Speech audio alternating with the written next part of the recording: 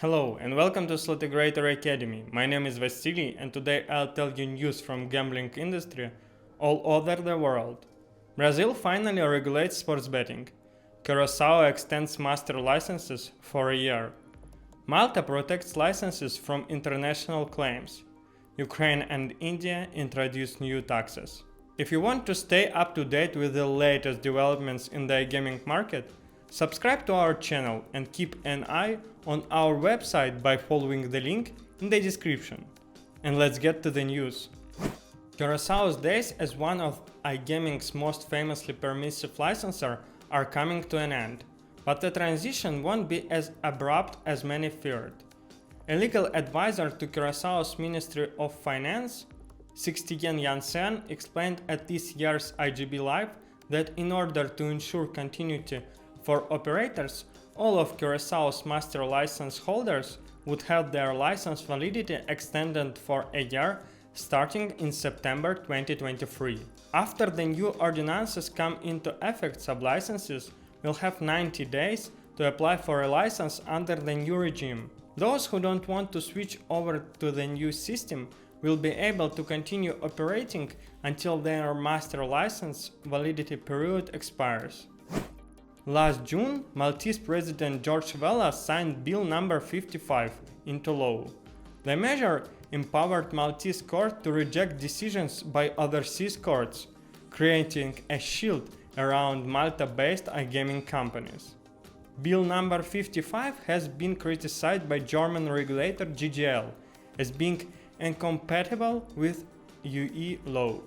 The GGL argues that the law contravenes the Brussels recast regulation. However, MGA's response highlights a section of the recast regulation which allows member states to refuse to adhere to a legal judgment if it's at odds with the principles of its legal system. MGA also specified that Bill number 55 would only be used in cases where the Malta-based casino had been offering services which are explicitly allowed by the law. The passing of the law seems inspired by the increasing rates of players claiming that Malta licenses should repay their losses, as gambling is considered illegal in their home country. Brazil finally regulates sports betting. A provisional measure establishing regulations was passed in May. The first sports betting tender was issued in June, and July saw President Lula da Silva sign a provisional measure into law.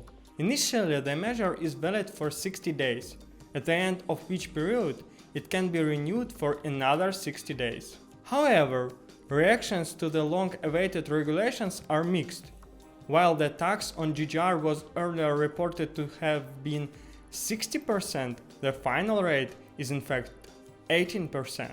But once all other taxes and fees are accounted for, operators face just over 30% in taxes on their GGR.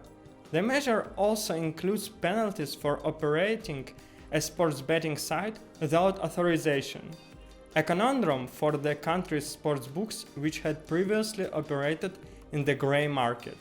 The issue of whether the penalties go into effect before grey market operators can acquire a license is a cause for concern.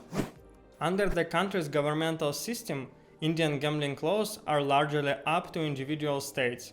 At the federal level, instead of government regulator, the Ministry of Electronics and IT published rules to establish a series of self-governing bodies in January of this year. This July, the Good and Service Tax Council of India announced a decision to tax up to 28% of the value of all bets placed on online gaming, casinos and horse racing. Union Finance Minister Nirmala Sitharaman stated that the high tax rate was not intended to kill the industry, but rather due to issues of morality which in the view of council set gambling apart from other goods. The tax applies to regular online gaming as well as real money casino gaming. Expectedly, less than a week after the decision was announced, over 100 companies signed an open letter asking the council to reverse its decision, as well as to differentiate between games of chance and games of skill. Signatories state that the tax rate was likely to shake investor confidence, ultimately weakening the industry and creating a massive opening for black market operators. Furthermore, the Ministry of Information and Broadcasting has published a paper requesting that all gambling advertising across all channels be banned.